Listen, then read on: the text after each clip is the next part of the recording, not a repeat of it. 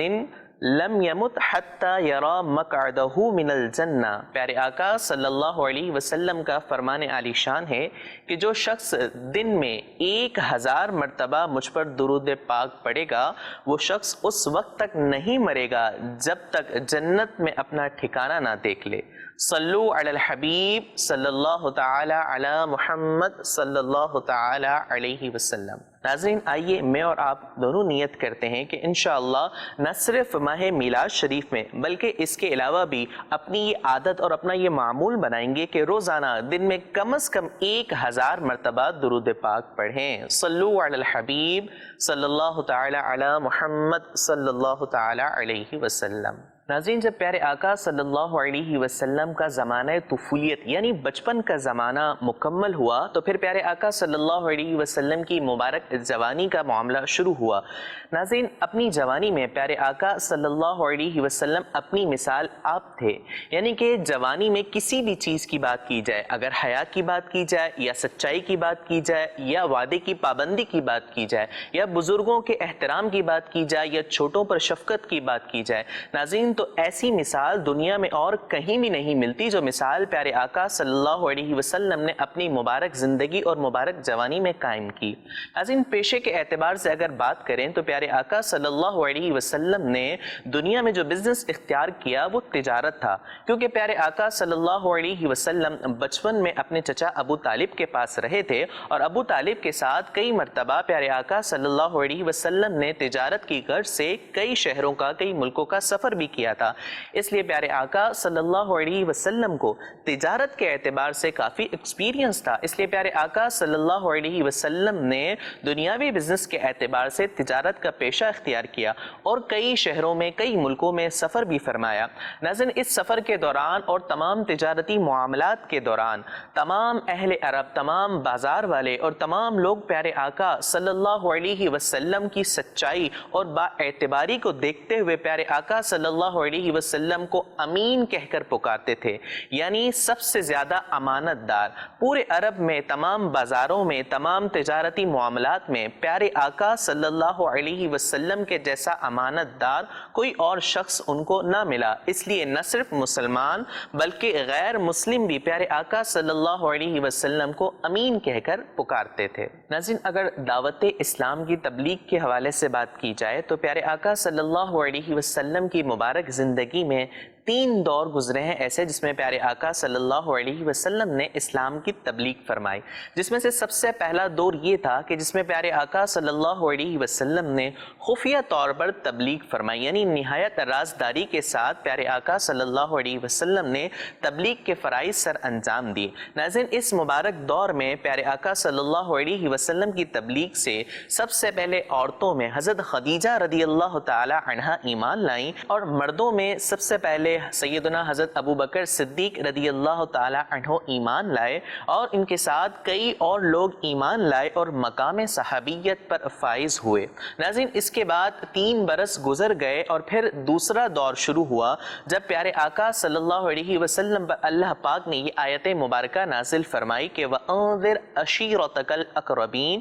کہ اے محبوب صلی اللہ علیہ وسلم آپ اپنے قریبی لوگوں کو تبلیغ فرمائیں. پھر پیارے آقا صلی اللہ علیہ وسلم نے تمام اہل قریش کو پکارا اور ایک ماؤنٹین پر تشریف فرما ہوئے اور پیارے آقا صلی اللہ علیہ وسلم نے تمام لوگوں سے کہا کہ اے قریش تم مجھے جانتے ہو؟ سب نے کہا جی ہاں بالکل جانتے ہیں۔ پھر پیارے آقا صلی اللہ علیہ وسلم نے فرمایا کہ اگر میں تمہیں کہوں کہ اس پہاڑ کے پیچھے سے ایک لشکر آ رہا ہے جو یہاں پر چڑھائی کر دے گا تو کیا تم لوگ میری بات پر یقین کر لو گے؟ بالکل کر لیں گے، کیوں نہیں کریں گے، کیونکہ ہم نے پورے اہل عرب نے سب سے زیادہ آپ کو ہی امین پایا۔ پھر پیارے آقا صلی اللہ علیہ وسلم نے تمام قریش کو، تمام لوگوں کو اللہ پاک کے عذاب سے ڈرایا اور کہا کہ اللہ ایک ہے، اس کا کوئی شریک نہیں، کسی اور کی پوجا نہیں کرو، فقط اللہ پاک کی عبادت کرو، وہی اس کے لائق ہے۔ ناظرین یہ سب باتیں سن کر جن کے نصیب میں ایمان نہیں تھا وہ تمام لوگ پیارے آقا صلی اللہ علیہ وسلم کی شان میں معاذ اللہ گستاخیاں کرنے لگے اور وہاں سے چلے گئے۔ ناظرین اگر تیسرے دور کی بات کریں تو پیارے آقا صلی اللہ علیہ وسلم کی مبارک زندگی کا دعوت اسلام یعنی کہ تبلیغ اسلام کا یہ تیسرا دور تھا جب اللہ پاک نے یہ آیت مبارکہ نازل فرمائی فَاصْدَعْ بِمَا تُؤْمَرْ، یعنی جو آپ کو حکم دیا گیا ہے اسے علی الاعلان فرما دیجئے۔ یعنی اس حکم کے بعد پیارے آقا صلی اللہ علیہ وسلم نے علی الاعلان لوگوں کو اسلام کی دعوت دی۔ ناظرین علی الاعلان اسلام کی دعوت دینے کے بعد جتنے بھی اہل عرب تھے جو کفار مکہ تھے، جو ایمان نہیں لائے تھے اور جن کے نصیب میں ایمان نہیں تھا، ان سب نے پیارے آقا صلی اللہ علیہ وسلم کی اور تمام مسلمانوں کی کھل کے مخالفت شروع کر دی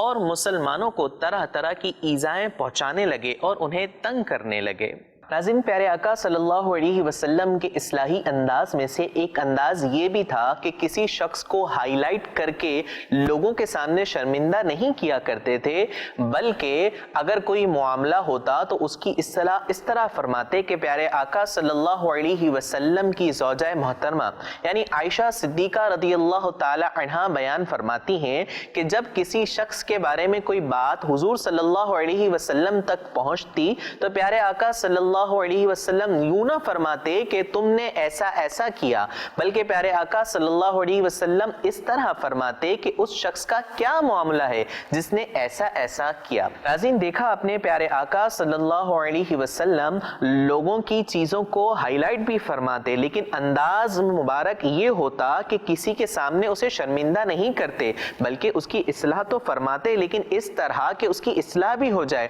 اور کسی کو یہ خبر بھی نہ ہو کہ یہ کس کی اصلاح ہو رہی ہے اور کام بھی ہو جائے۔ ناظرین پیارے آقا صلی اللہ علیہ وسلم عقائد کے متعلق غلطیوں کی بھی اصلاح فرماتے، چنانچہ زمانہ جاہلیت میں اہل عرب کا یہ اعتقاد ہوا کرتا تھا، یہ عقیدہ ہوا کرتا تھا کہ سورج اور چاند کو تب گہن لگتا ہے جب کسی عظیم ہستی کی موت ہوتی ہے۔ چنانچہ جب پیارے آقا صلی اللہ علیہ وسلم کے پیارے شہزادے حضرت ابراہیم رضی اللہ تعالی عنہ کا وصال ہوا، آپ رضی اللہ تعالی عنہ دنیا سے رخصت ہوئے تو اہل عرب کہنے لگے کہ آج اس عظیم ہستی کا وصال ہوا ہے، اسی وجہ سے سورج کو گہن لگا، اتفاقاً اسی دن سورج کو گہن لگا تھا۔ تو پیارے آقا صلی اللہ علیہ وسلم نے لوگوں سے ارشاد فرمایا کہ سورج اور چاند کو اس وجہ سے گہن نہیں لگتا کہ کسی ہستی کا انتقال ہو یا وہ دنیا سے رخصت ہو، بلکہ یہ تو اللہ پاک کی تخلیق فرما چیزیں ہیں، تو جب بھی انہیں گہن لگے تو تم نماز پڑھو اور اللہ پاک سے دعا کرو۔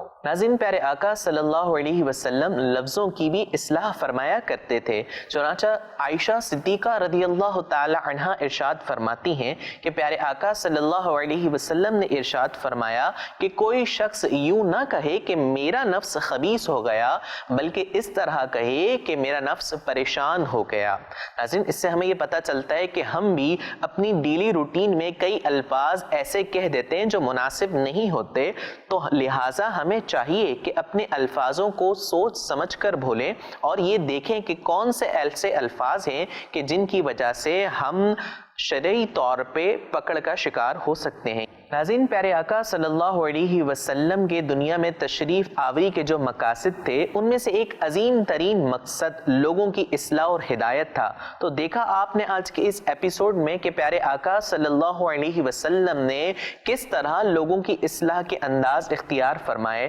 چاہے وہ لفظوں کی بات ہو، چاہے عقائد کی بات ہو یا دنیاوی دیگر معاملات کی بات ہو، تو کس طرح پیارے آقا صلی اللہ علیہ وسلم لوگوں کی اصلاح فرمایا کرتے تھے. لہٰذا ہمیں بھی چاہیے کہ ہم بھی جب اپنے آس پاس جو ایسی چیزیں ہو رہی ہوں جو نامناسب ہو دیکھیں تو ہمیں بھی چاہیے لوگوں کی اصلاح کریں، لیکن اصلاح کرتے ہوئے اس بات کا ضرور خیال رکھیں کہ ہماری وجہ سے کسی کا دل نہ دکھے، کوئی ہماری وجہ سے ہرٹ نہ ہو، کیونکہ اس انداز کو اختیار کرنے میں ایسا ہوتا ہے کہ وہ کام تو ٹھیک نہیں ہوتا بلکہ لوگ ہم سے متنفر ہو جاتے ہیں، آپس میں نفرتیں پیدا ہو جاتی ہیں. لہٰذا ہمیں چاہیے کہ جب بھی ہم لوگوں کی اصلاح کرنے کی کوشش کریں تو اپنے الفاظوں کو بھی سنبھال کر استعمال کریں اور اپنے انداز کو بھی بہترین انداز میں پیش کریں. ناظرین، آج کے اس ایپیسوڈ میں آپ نے اصلاح کے انداز بھی سیکھے اور آپ نے یہ بھی جانا کہ پیارے آقا صلی اللہ علیہ وسلم نے اپنی مبارک زندگی میں کس طرح اپنا بزنس کیا، کس طرح لوگوں کی اصلاح فرمائی اور کس طرح تبلیغ فرمائی دین اسلام کی اور کیا کیا دور گزرے. اسی طرح پیارے آقا صلی اللہ علیہ وسلم کی سیرت کے متعلق مزید تفصیل سے معلومات کے لیے ہمارا پروگرام پروفیٹک سٹوریز ضرور دیکھتے رہیں، اور اسی طرح مزید تفصیلی معلومات حاصل کرنے کے لیے مکتبۃ المدینہ کی شائع کردہ کتاب سیرت الانبیاء کا ضرور مطالعہ کریں. And we will meet again inshallah in the next episode. You can good take care of yourself. Assalamu alaikum wa rahmatullahi wa barakatuh.